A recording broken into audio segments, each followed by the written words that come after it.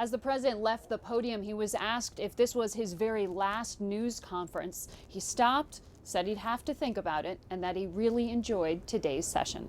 Tony?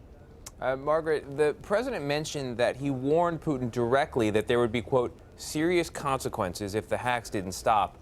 Did the president ever elaborate on what those consequences might be and if they've been implemented or will be now? Well, the president spoke in the future tense, said absolutely there will be consequences for this level of interference, but he didn't specify exactly how, and he did that intentionally. He said any action that would be retaliatory would most likely be covert.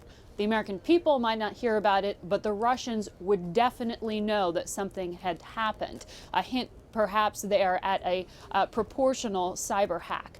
But we also know that there are calls for sanctions and other overt things that the American people would see.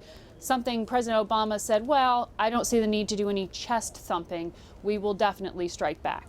Well, somebody else who does like covert action and says that President Obama has played his hand too publicly, that would be President-elect Trump. President Obama reiterated that he and his team are indeed speaking with President-elect Trump's team, and as recently as a couple days ago, they spoke, and the transition should be going as smoothly as it possibly can be. What does this tell us about the status of the Trump-Obama relationship?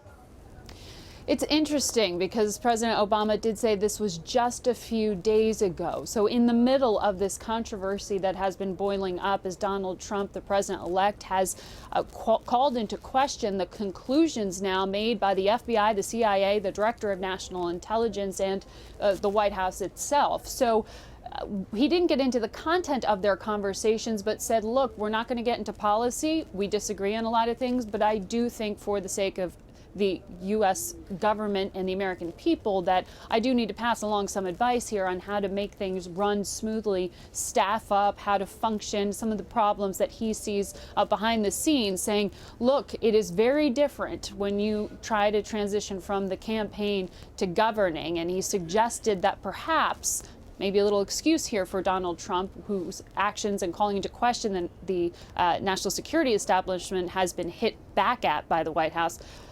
He said perhaps it's something they're sort of stuck in the process of the transition, not yet sure of how to function as the new leader of the free world. President Obama, back in 2008, when he was transitioning in, made a point of saying there's only one president at a time, and I'm not going to say things that could disrupt U.S. policy. Of course, this election, this year, all of it's been really different. And Margaret, before we let you run inside and get warm, just one last question. The president mentioned that this could be his final press conference, or you mentioned that, but he said he enjoyed it. And I'm curious, did he also reflect back on the success or lack of success, what he enjoyed, didn't enjoy in the course of his term in office?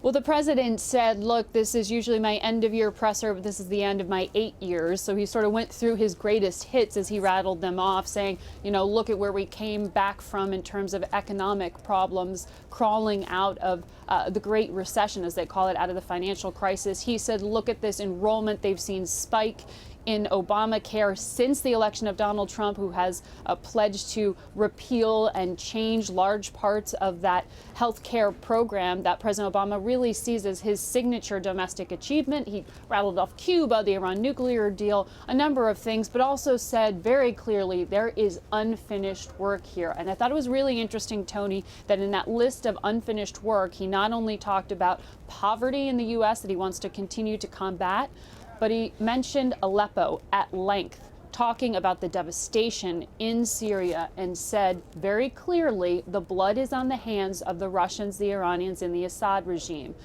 The implication there is that he doesn't think it's blood on his hands, though he has clearly thought seriously about how history will judge his presidency as the massacres continue in Syria. Very fascinating and grim stuff. Margaret Brennan for us tonight at the White House. Margaret, thank you.